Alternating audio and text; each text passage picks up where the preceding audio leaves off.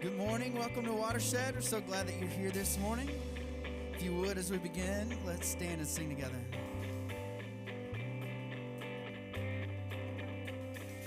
Night turns to morning. You have been waiting, whispering to me. Gently I'm waking. It's the dawn of a new day. You painted for me, colors exploding, telling our story. I'm waking up, I'm waking up, I'm waking up. Waking up, night turns to morning. You have been waiting, whispering to me. Gently I'm waking. It's the dawn of a new day. You painted for me. Exploding, telling our story. I'm waking up, I'm waking up,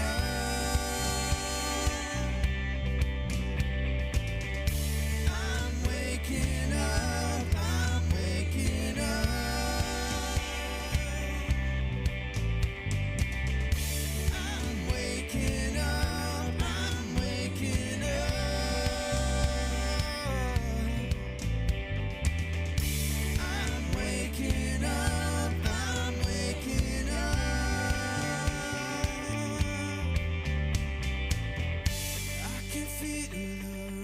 Of the sun, mercy sings me the promise of your love. I'm reminded of how far we've come. You're the one that my heart's beating for. I can feel the rising of the sun. Mercy sings me the promise of your love. I'm reminded of how far we've come.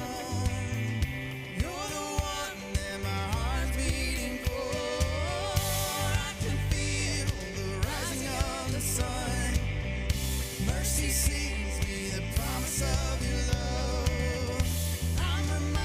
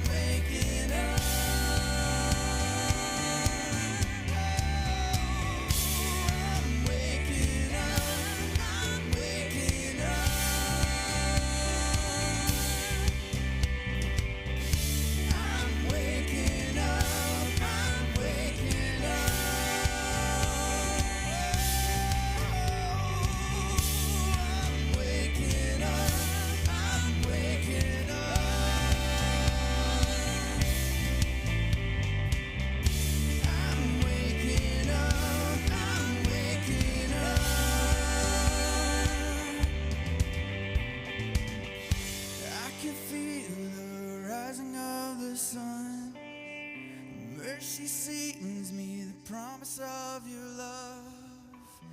I'm reminded of how far we've come.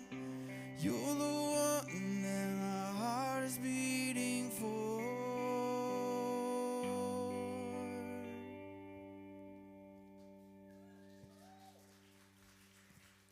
This morning, it's not the start of Pride Month, but we are in Pride Month. And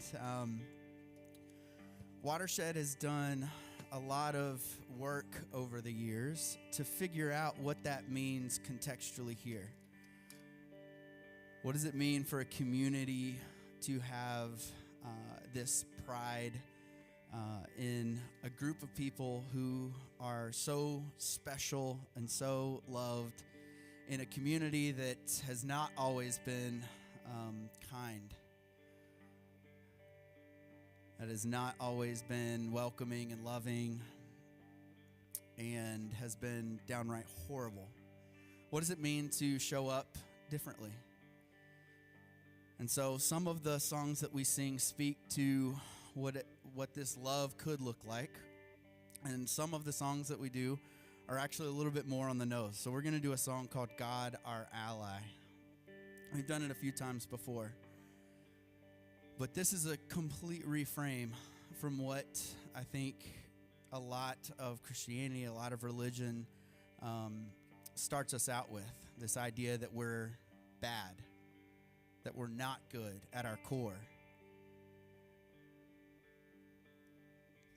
This starts out with the idea that we are inherently good, inherently sparked with the divine.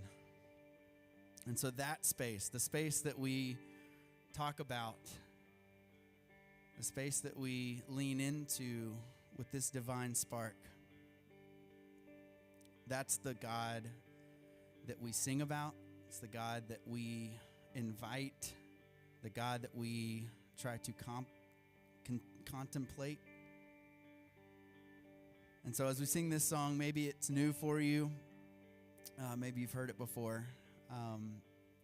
But whatever you need in these next few moments, may you find them. Just when I thought I was forgotten, you came and called me by my name. You showed me that I'm never forsaken, and I'm awakening your love for me. My protector, my helper, my friend and my king, my defender, my treasure. You're my safety, all are welcome in your arms, because love is who you are. Nothing can take you away. I adore you and all that you are. I adore you. I pour out my heart. You adore me just as I am. You are God. You are God, my ally.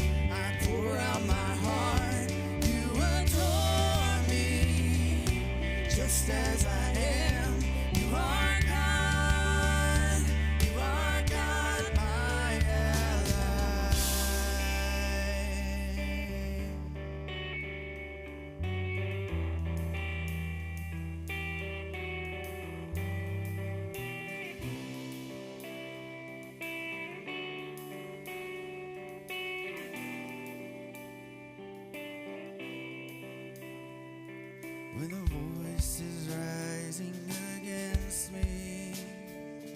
It's your name I can call on.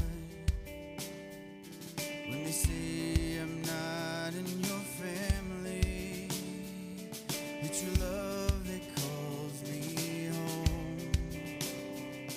When the voice is rising against me, it's your name I can call on. When they say I'm not in your family, it's your love that calls me home. When the voice is rising against me, it's your name I can call. When they say I'm not in your family, it's your love that calls me home. Oh, when the voice is rising against me, it's your name I can call. When they say I'm not in your family, it's your love that calls me home. We adore you for all that you are. We adore you. We pour out our hearts. You adore us just as we are. You are God. You are God. We adore you for all that you are. We adore you. We pour out our hearts. You adore us just as we are. You are God. You are God. We adore you for all that you are. We adore you. Pour out our hearts. You adore us just as we are. You are God. You are God, our ally.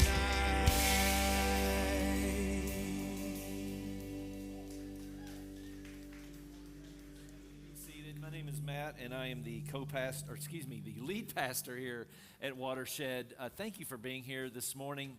I've got some announcements, some things that I want to inform you around, that ways to connect, things that are coming kind of down the pike here for Watershed. One thing this Thursday night, the first thing that is worth hearing this Thursday night, if you have a student, middle school or senior high student, there's something called a dive-in movie. And yes, we have intentionally left off the R because this is a swimming combination movie night. I'm not sure how that works. Electricity and water don't always work out too well together, but I think we'll be fine here. If you have students, I would love for you to be a part of that. And Madeline, who's our student pastor, wanted me to let you know that this is kind of for parents too. So if you want to come and bring your child or bring your student and then hang around, there's actually going to be some stuff for parents to kind of socialize around and enjoy one another. So that's this Thursday night. Also this summer, Justin Bellavia, who works in some really interesting areas with kids, is doing something called a music maker experience, kind of like a summer camp sort of thing, where if you have a child age 1 through 5, this experience kind of helps introduce them to music. And he does this in different parts of the city throughout different times of the year. Has some really cool experience around that. If you have children that are a little older than that, I think there's a way to include them as well. But if you go to this QR code, it kind of gives you dates and opportunities to sign up there. Also, Blair and Justin will be in the back near the Watershed logo if you have more questions about that. And then also, we have been putting a block survey up on the screen about the last 2 or 3 weekends. Blocks are our way of saying small groups here at Watershed. And so if you're interested in being a part of a smaller discussion, a smaller collective of folks who are maybe discussing something or just connecting socially or just being together in various ways, there's actually a way for you to express that, express interest, and then maybe even express interest in helping to facilitate something along those lines.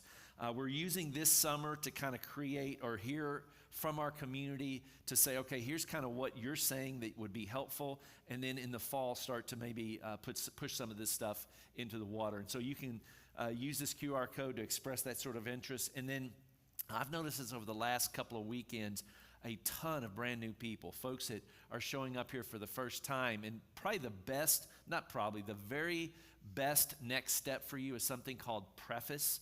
Preface is this 4-week conversation between myself and some other folks that are brand new here. And it kind of helps you take what you're walking in with in terms of your past church or religious or spiritual experience and start to understand how that all kind of dovetails into who we are becoming as a community, because we're always becoming here at Watershed. And so we haven't announced the next Preface dates. We're looking at sometime, hopefully in August. But if we can go ahead and get your interest, then that allows us to reach back out and let you know when that's starting to happen. Also, on June 30th, there is a lawn party here, a Pride lawn party. Yeah, and it is a party. We've done this a couple years in a row. It's with our kindred community, and the whole purpose of this is to create awareness and raise resources around the Pride Parade that happens later on in the summer. And it's a rocking good time. There's all kinds of things that are going to be going on at this event. All kinds of things going on. There it is. So there's food, and there's live performances, and a silent auction, and petty thieves, and so much more. It literally is like a block party. Please make plans to be here that day if it's possible, and hang out afterwards, because it's going to be a really good time. And then all of that kind of leads me to invite you to be a part of the generous movement here at Watershed. The resources that are given here help fuel who we are. It helps fuel what we're attempting to create, to love in such a way that the world's a different place.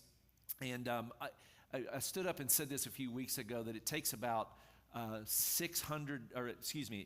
our goal every month is to raise another $600 of recurring giving. And what that does is that allows this community to continue to grow and deepen and move forward. And so this is the second weekend in June, and we're already underway. We've already got our first kind of $100 towards that $600. If you've been wondering, is this a place that I want to support with my resources, you can follow the QR code there, and it gives you real simple ways to do that.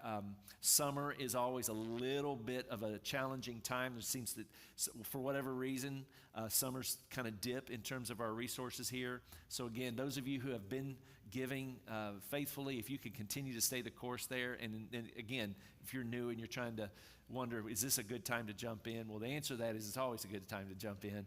But specifically in summer, that really makes a huge difference. And then finally, I want to take a moment and acknowledge there was an email that went out this past week. Hopefully you had a chance to read it, but it was the release of the news that Watershed would be parting ways or ending its professional relationship with Louis Acosta, our pastor of music here.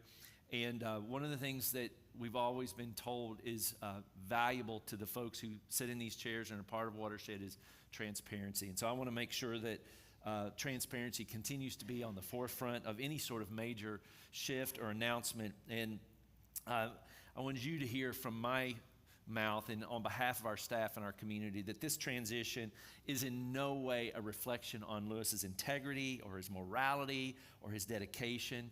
If you've had any chance to hang out with Lewis, you know he has a heart as big as all outdoors, and he has an unwavering commitment to people and really to Watershed as well. And he's had truly a positive impact in his time here. But over the past several months, the past 2 or 3 months, as philosophical differences kind of started to emerge regarding Watershed's vision or priorities, it just started to become clear that there was kind of a divergence instead of a convergence in all of that, and we needed to move in a different direction. And I name that because it's possible for some of you in the past, churches have maybe mishandled that, and there might be some things that surface for you, big emotions or questions. And I wanted to let you know that if that's the case, there's going to be some folks at the back, myself, some other staff, teaching team members, lead team members, that if you have questions or there's some things that you feel like would be helpful for us to hear, you can do that in person, or you can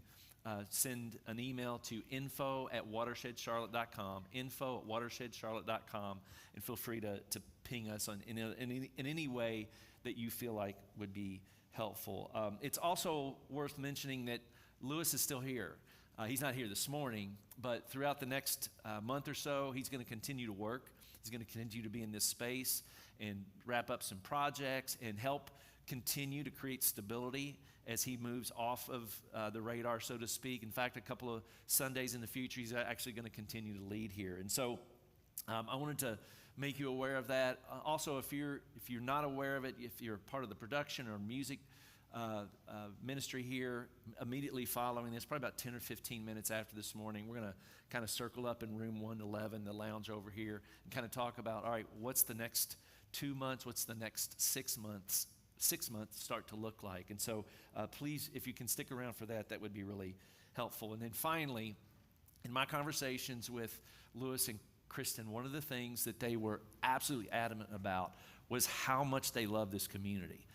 They have never, and these are their words, we've never been in a place like this before. And the relationships, the friendships that have been formed here are so important. And they have absolutely no intention of those being casualties at any level. As a matter of fact, they look forward to those relationships continuing to deepen and expand. They might take a step back from Watershed for a season at least, and that makes all the sense in the world. But they wanted me and they wanted you to know how much they love this community and how loved they have felt over the last year, which kind of brings us back to you and I in this space this morning. Normally about this time, we spend a few moments as a community just greeting one another, shaking hands, fist bumping, not elbowing each other. Oh, that's a fair play, I suppose, in some instances. But just saying hello to one another. And I'm absolutely certain that even though this news has been released, like it's even more important for that to happen this morning. I think Lewis and Kristen would agree. So, Watershed, you know how to do this? Would you? Well, I'm sorry. We love you, Lewis. Yeah, absolutely. So go ahead, stand up, and greet one another. And thanks for being here this morning.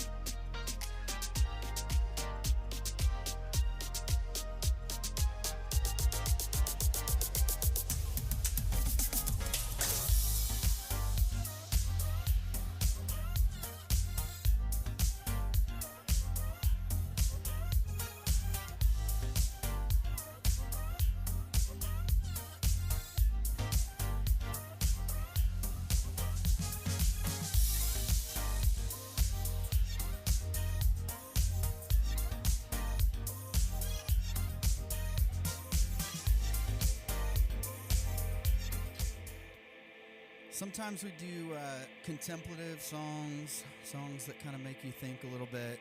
And in this spot of the service, this morning is not one of those times. So if you want to dance, stand, clap, sing, Have at it.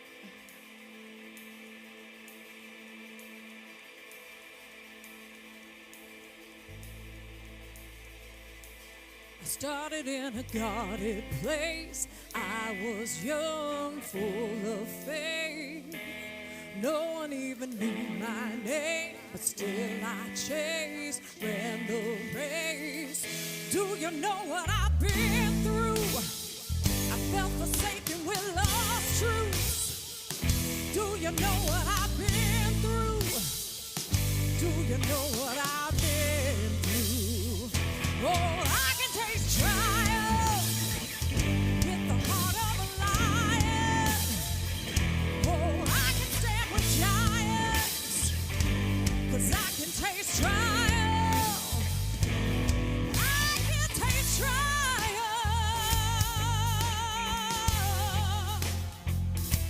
I started in a guarded place. The more I push, the more I gain. Do you know what I've been through? I felt forsaken with lost truths. Do you know what I've been through? What I've been through, what I've been through. Oh, I can taste triumph with the heart of a lion. Oh, I will stand with giants, 'cause I can taste triumph. I can taste triumph. I can taste triumph. I can taste triumph. I can taste triumph. 'Cause I've been through it all, seen every giant fall. I can face them all, yes, I've been through it all. I've been through it all, seen every giant fall. I can face them all, yes, I can face them all. I can taste triumph. I can taste triumph. Oh, I'm trying, I'm trying. 'Cause I've been through it all, seen every giant fall. I can face them all, yeah, I can face them all. I've been through it all, seen every giant fall. I can face them all, yes, I can face them all. I've been through it all, seen every giant fall. I can face them all, yes, I can face them all. I've been through it all, seen every giant fall. I can face them all, yes, I can face them all. 'Cause I can taste triumph. I can taste triumph. I can taste triumph. I can taste triumph. I can taste triumph.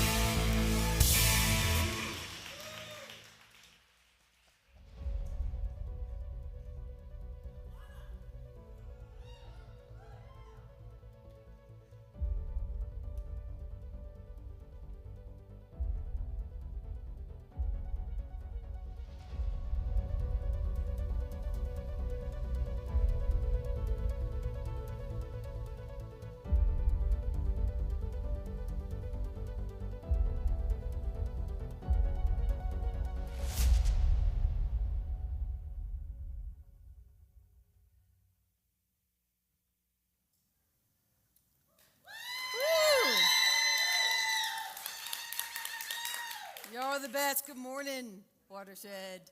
I couldn't think of a better song before I walked up here when it's Pride Month than Triumph. So well done. And so I want to tell y'all it's June. It's Pride Month. This is also my wife and it's our anniversary. We got married 3 years ago, which you're thinking that's not a long time, but this is lesbian years. That's like 24 years. That's a long time, people. 24, that's a long time. But I want to talk a second before I get started about pride, and I'm doing it to be redemptive because Larissa and I are such bad gays that we got married in the month of June in Key West, Florida, and didn't know it was Pride Month. Had no idea. But now, thanks to y'all, we know and we embrace that tremendously. But there's different forms of pride. There's different definitions of pride. And the one I think we know the best is the pride that's a superior pride. It's very judgmental.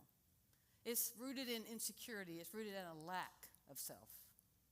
And then there's gay pride. Ally pride, or LGBTQIA,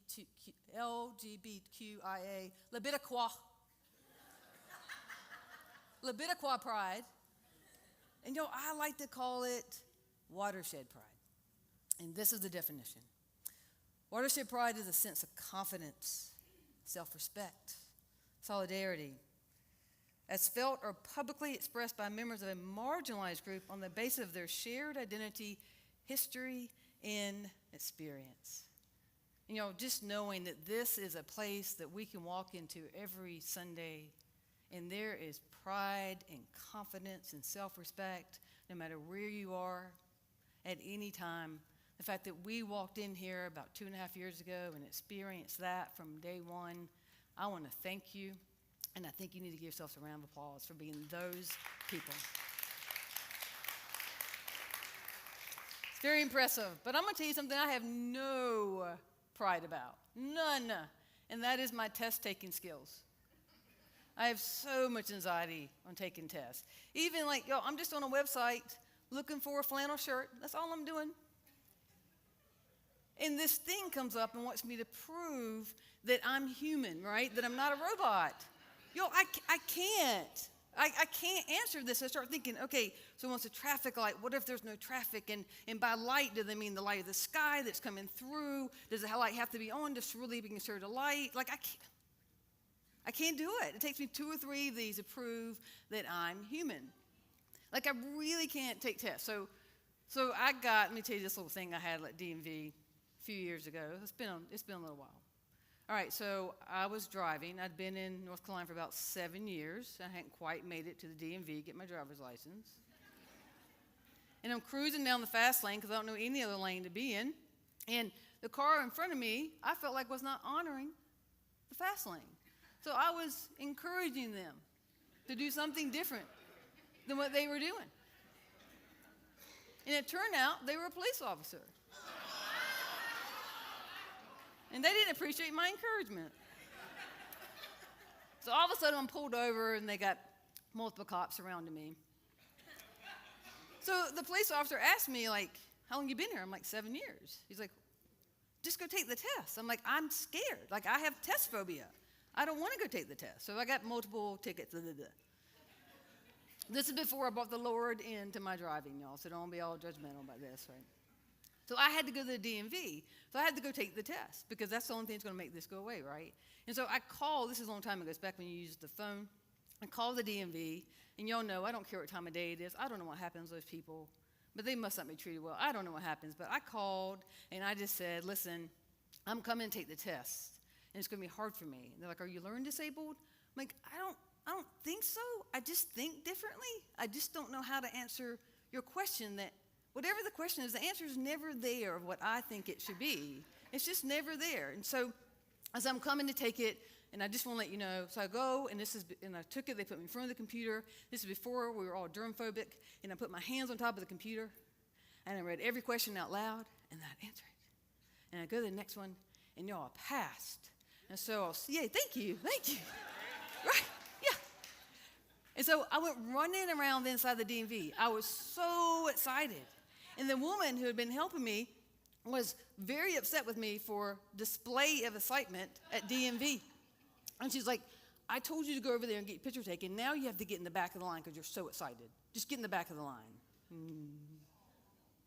So listen, some of you were raised the way I was.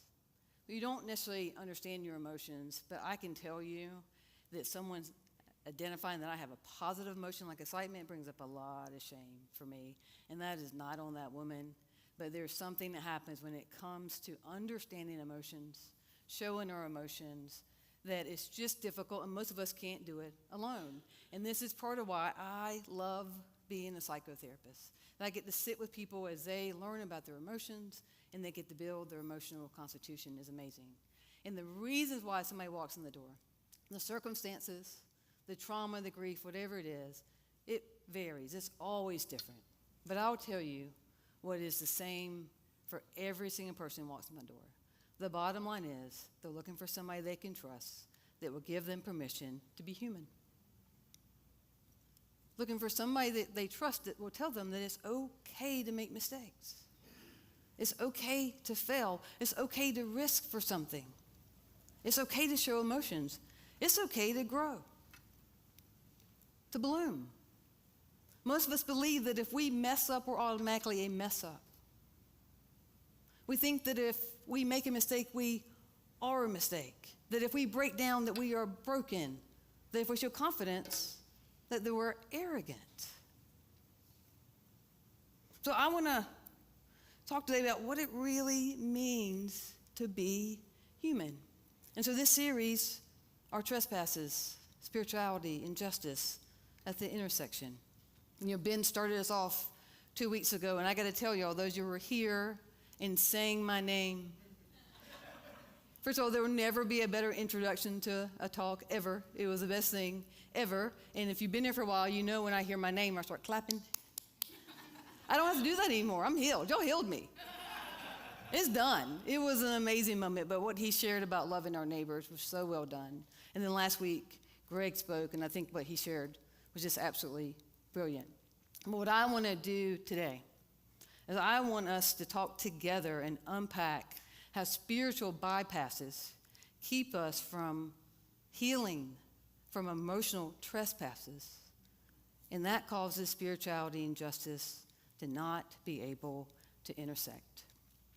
Matthew 6:12, the Lord's Prayer tells us, and forgive us our trespasses as we forgive those who trespass against us. It's a beautiful prayer. But there are many forms of trauma, many types of wounds, hurts, violations. And if you've had anything along those lines happen to you, it matters. Anything that happens to you that tells you that you don't matter, please know it matters. But emotional trespass is what it is in the world of psychology. It means that you have shared that wound, that hurt, that violation with somebody. And you share your lived experience with them, and their reaction to you is dismissive. It's invalidating. They argue with you what you've actually lived through. And they will generally do this because they haven't had the same experience. Or they did, but they dismissed their experience. So they want you to do the same. And this is what it sounds like. Emotional trespassing sounds like, that's not really how you feel. You just think you feel that way. That's not what they meant. For those of us who have parental abuse, it's things like, and this is my favorite, but your mother loves you. It's things like, it's the only dad you'll ever have. You know they're getting older. See, these are all emotional trespasses. They are invalidation. Invalidation is a form, it's a secondary form of trauma. And this can happen, emotional trespasses can happen in any system, family system, corporation, friendship, anywhere. But I want to focus today on how it happens within the church. How it happens to us, what we are sold and told is Christianity, and how we experience that. But any emotions, any hurt that's there, somehow, including forgiveness, emotions, have become weaponized. We have people in the church who most of us have this understanding and we believe that Jesus came here fully human, and yet the same people are telling us not to have a human experience and causing us to remain numb to what we've been through and then numb towards other people as well. So I had this, y'all gonna think I'm like this horrible driver. I'm really not. This is another time I got pulled. And so this is a point in time where we were becoming more aware. It's been happening. What happens to our brown and black siblings? What happens to them when they get pulled over by certain police officers? It was just, there had been more of an uptake, more of an awareness what they had been going through. And I'd gotten pulled over by a highway patrol trooper, and I need you to know when I get pulled over, I have no fear. Doesn't bother me a bit. While the trooper is writing a ticket, I am emailing my attorney to make sure this goes away. And then there was a medical crisis in the car. And I've been through the police academy, so what I'm about to tell you was really stupid on my part. It really was. But I walked back to the police car to tell him there was a medical crisis. He screamed at me. That was it. I got back in my car. No fear whatsoever. So all I did was, this is back when Facebook was cool. This is probably back when I was cool. But I just put this on Facebook because people were struggling. And I just put, this is my lived experience. I get pulled over, and you people are trying to make it out alive, and I'm just trying to make it go away. And explain that.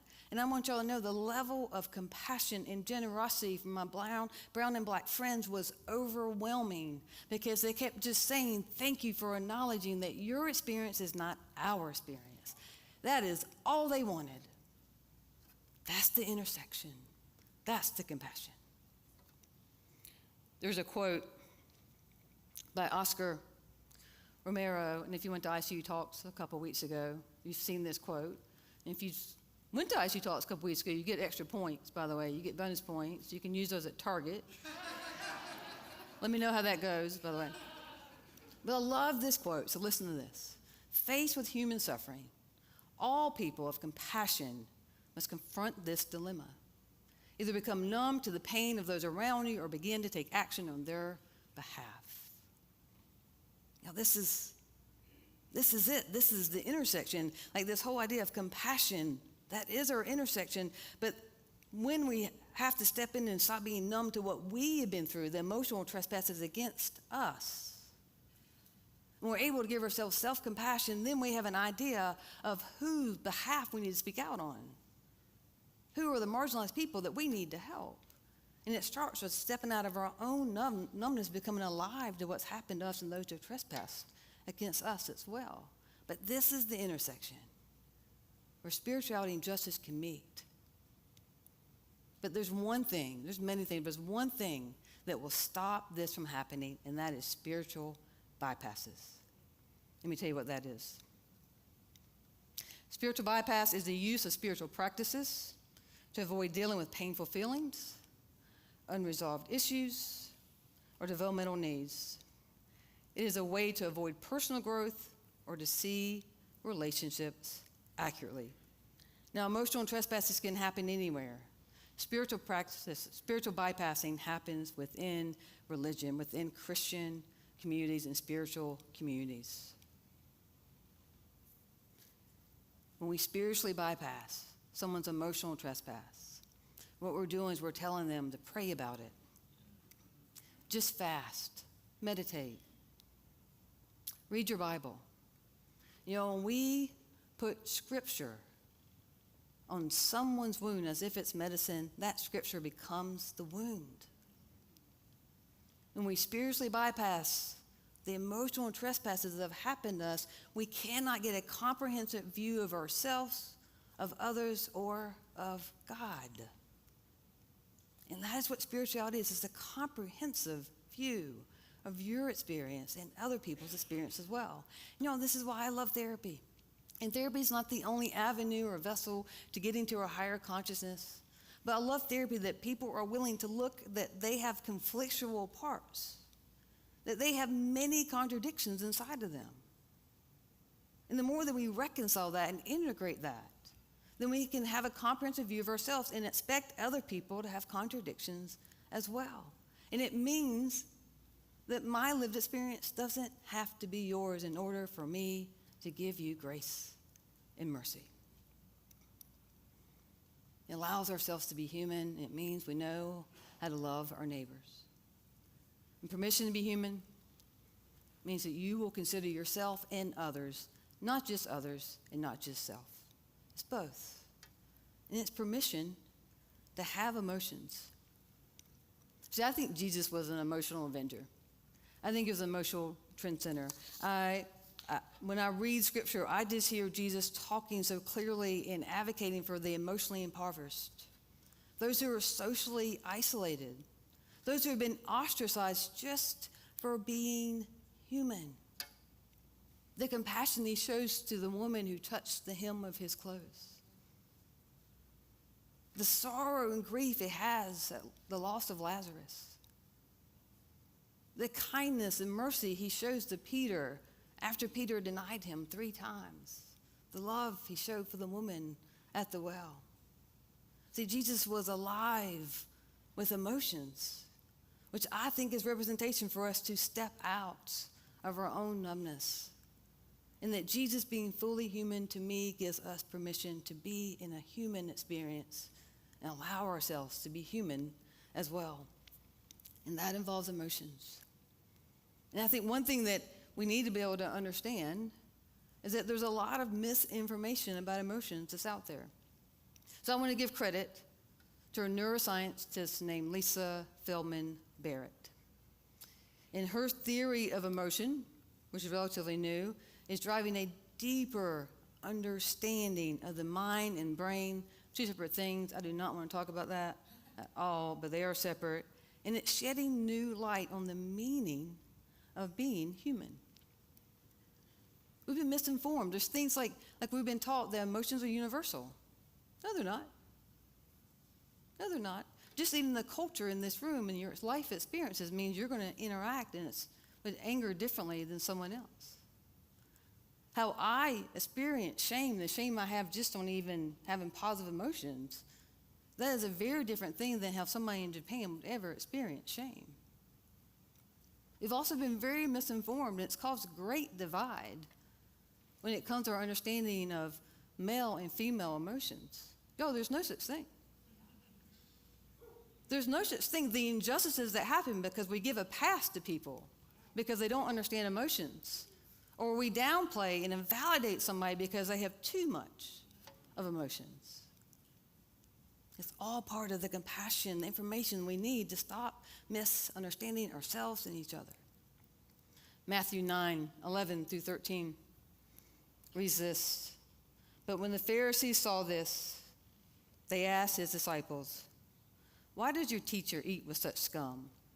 Listen, y'all, I've been called worse by the age of 2, so I feel like Pharisees should up their game. Whoopee, scum. Okay, but fine. On hearing this, Jesus said, "Not the healthy who need a doctor, but the sick. But go and learn what this means. I desire mercy, not sacrifice. For I have not come to call the righteous, but sinners." Y'all, I want to share this with you because I read this 2 weeks ago and I heard it in a way I've never heard it. This idea, Jesus says, go learn. Learn means you don't know what you're doing. It means you don't have all the information yet, and it's okay to go and experience and learn.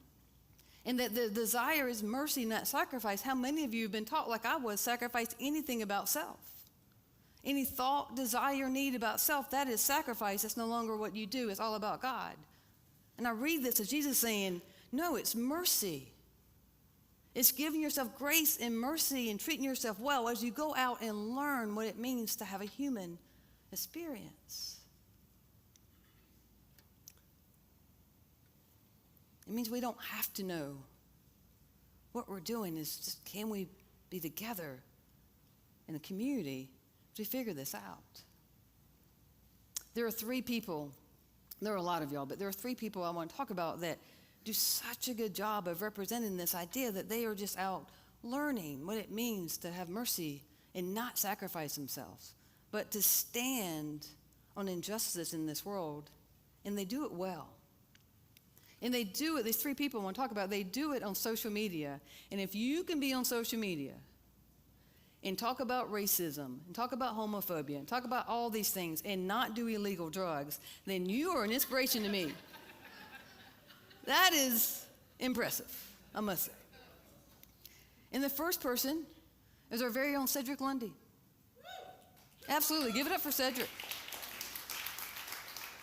Cedric does an amazing job of representing his understanding of theology and his understanding of the racism that he experiences and he sees on behalf of other people and the way he interacts with that and the information he puts out there. And there's been at least one occasion I can think of that I'm putting something on Facebook and Cedric's coming in rescuing me against the people coming against me, but also schooling me at the same time. Did I say dumb stuff? But I'm learning. And Cedric does that so well and takes care of himself in that process. The second is my friend, Dr. Lucretia Berry. She is the founder of Brownicity. You know Lucretia? Yes, she's amazing. She's an amazing woman. I'll tell you, part of why she inspires me so much is that she's in this process of just permission to be human, and she speaks out so much about the critical race theory. And y'all know that a lot of people in the Christian community, we aren't taught critical thinking. So you know that is who comes against her. It's people that are supposed to be sharing and loving the same God, just like with Cedric. And I've watched her so many times, and she even did a reel this week about people throwing shade at her because she's simply trying to teach about racism. And I will tell you, Lucretia, when it becomes too much for her, she disappears for a little while. She takes care of herself. She gives herself permission to be human and feel her emotions and walk away and not have to be in it every day and take care of herself. And then she comes back as Lucretia, the amazing person that she is. And that is an inspiration and impressive. That is mercy or a sacrifice of who she is. The third is somebody I've never met. I would love to meet them. We have a picture. Their name is Alok, and they are amazing, amazing. I learned so much from them. Alok is a comedian, a speaker. They are a writer. They are so much, and their ability to just be themselves and teach others to do the same is beyond understanding. Alok wrote a poem called Your Wound is My Garden. And it's a very long poem, so I'm not going to read all of it, but I will read a good deal of it. So I just want you, as I start to read this, whatever the hurts are, whatever you absorb, whatever their emotional trespasses are there for you, let this land where it needs to be healing for you. This is your wound is my garden. The only opinion about my appearance that matters is my own. I used to think that if I toned it down, I would be taken more seriously. But then I realized you will always find a way to discredit me. We both know this was never about what I looked like. It was always about what you felt like. You cannot bear to see it, how I have made home in your shame. I regret to inform you, the house of mirrors you have erected is not a home. You sculpt the world in your image because you need proof that what you see in the mirror is real. Yes. You could not accept yourself, so you made up history, science, identity to disguise your own self-doubt. I see behind the mask. Beneath every supremacy lies insecurity. Every insult is an invitation to quicksand, and I refuse to take the bite. It is not my responsibility to rescue you from your self-imposed quarantine from humanity. You don't know who I am without me. You don't know who you are without me. I know who I am without you. This is why you hate me. This is why I love you. Your wound is my garden. I have found life here in the places you have left for dead. Watch me bloom.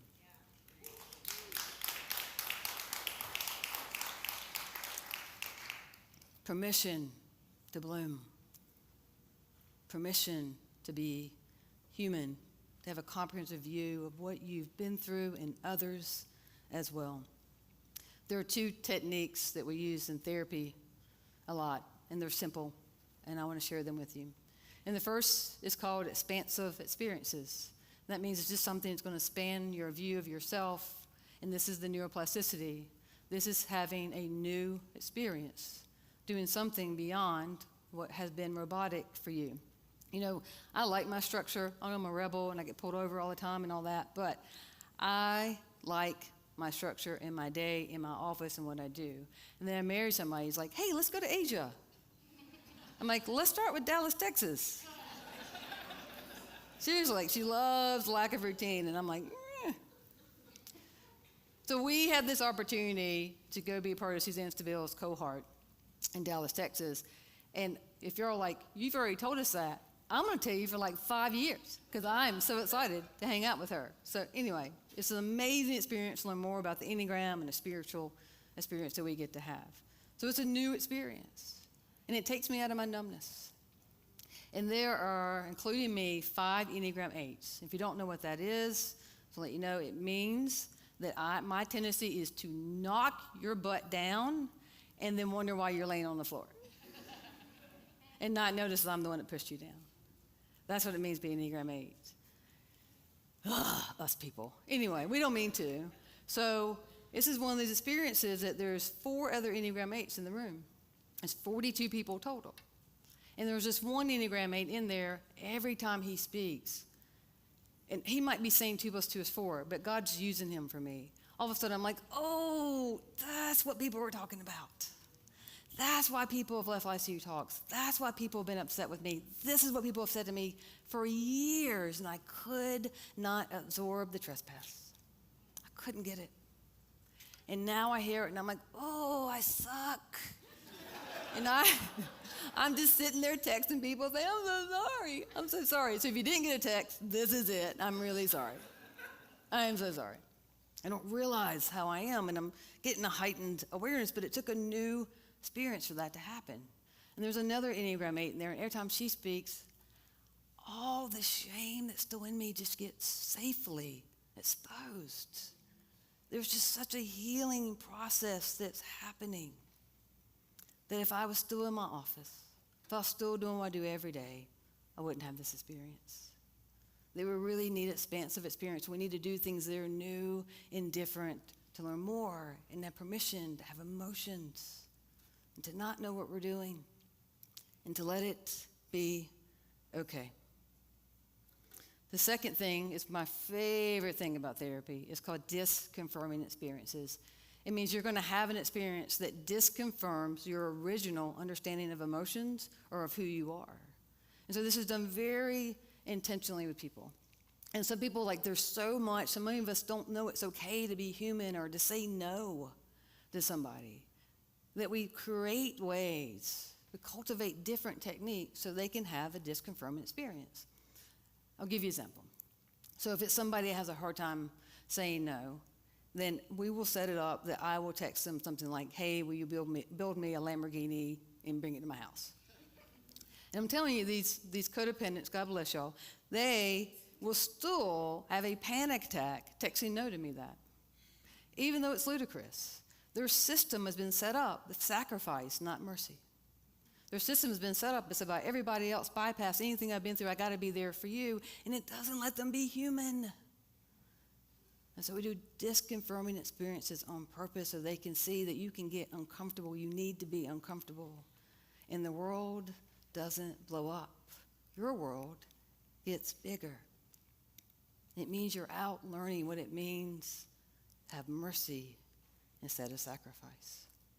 You know, I think about how Locke ended this poem. I have found life here in the places you have left for dead. Watch me bloom. This idea that this is a garden, this watershed pride right here.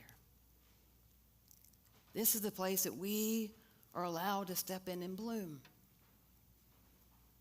When Larissa and I walked in these doors, and she had been coming here periodically for years, and when we walked in as a couple, we both walked away from employment and from churches that said they loved us, and the minute we said, this is who we are, I don't know where that love went, but it wasn't available.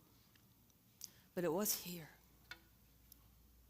See, that's the intersection of spirituality and justice. It's compassion, because there's a group of people here who had already stepped out of numbness.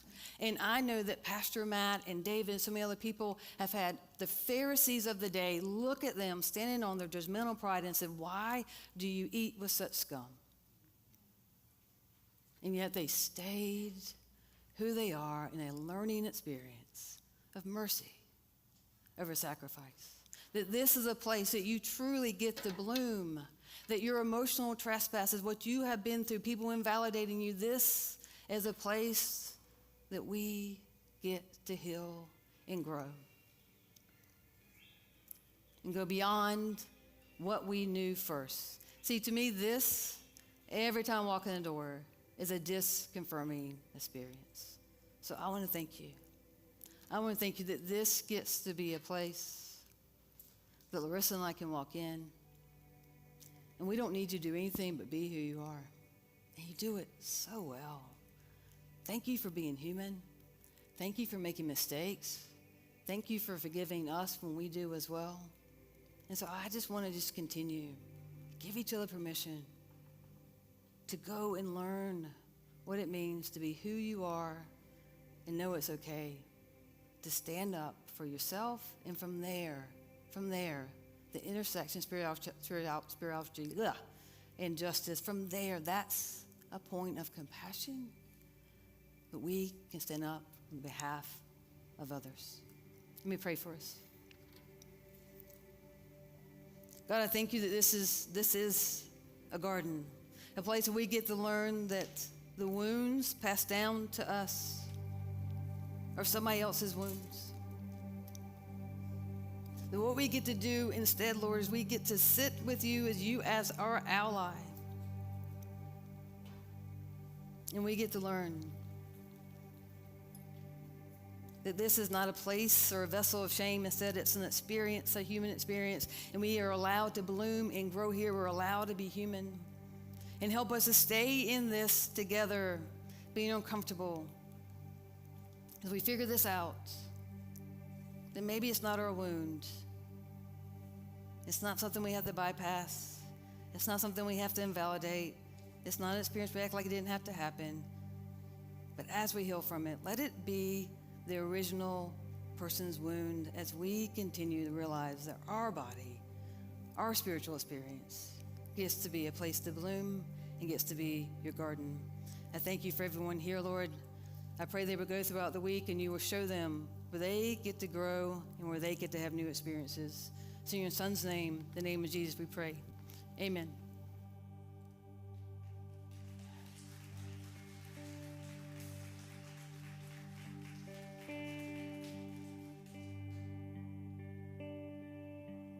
You unravel me with a melody.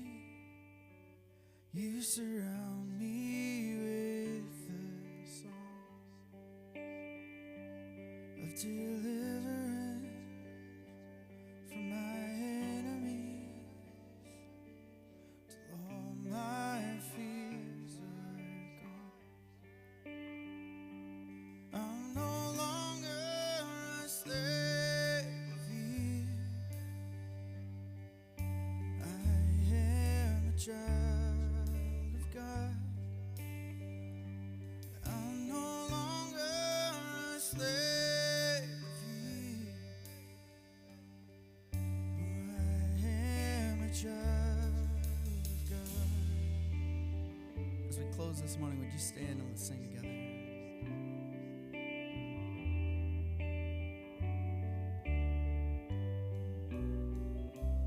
From my mother's womb, you have crafted me.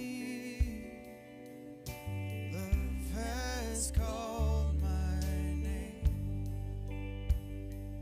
I've been welcomed in to your family. You love us all the same. I'm no longer a slave to fear. Oh, I am a child of God. I'm no longer a slave to fear. Oh, I am a child of God. I'm no longer a slave to fear. Oh, I am a child of God. And I'm no longer a slave to fear. Oh, I am a child of God.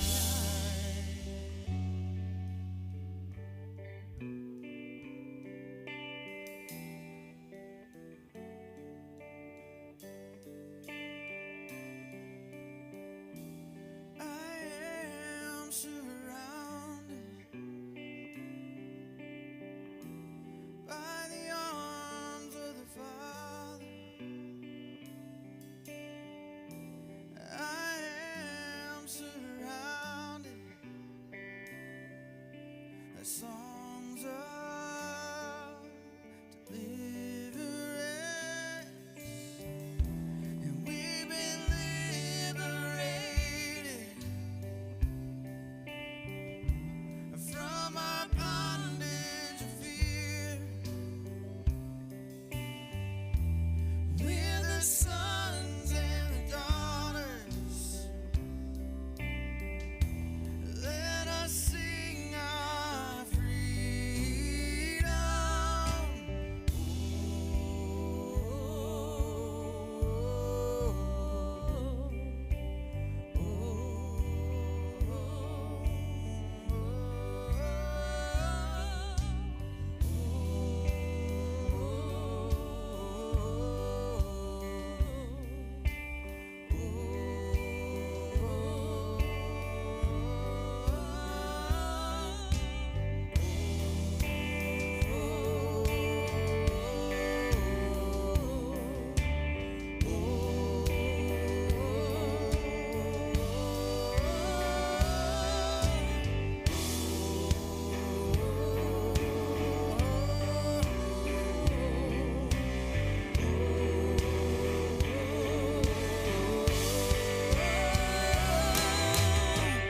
You split the sea so I could walk right through it.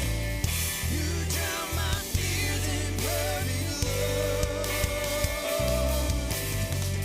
You rescue me so I can stand and sing. I am a child of God. You split the sea so I could walk right through it, and my fears are drowned in perfect love. You rescue me so I can stand and sing. I am a child of God. I am a child of God. I am a child of God.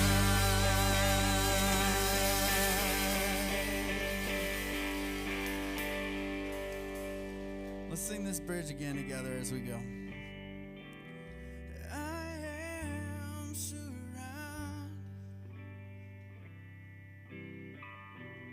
by the arms of the Father. I am surrounded by songs of deliverance, and we've been liberated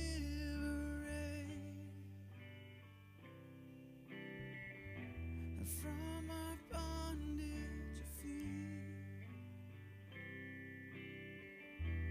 We're the sons and the daughters. Let us sing our freedom. Let us sing our freedom. Let us sing our freedom.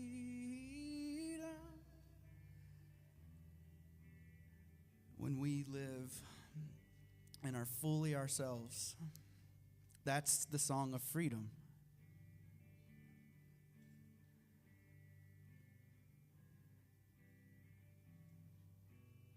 And when we can see that in each other and affirm it and celebrate it, it goes from my song to our song. So the opportunity in front of us is to love each other well, to be curious and introspective, to be fully ourselves. and let that song be heard by others. Thank you so much for being here this morning. Hope you have a great week, and we'll see you next Sunday.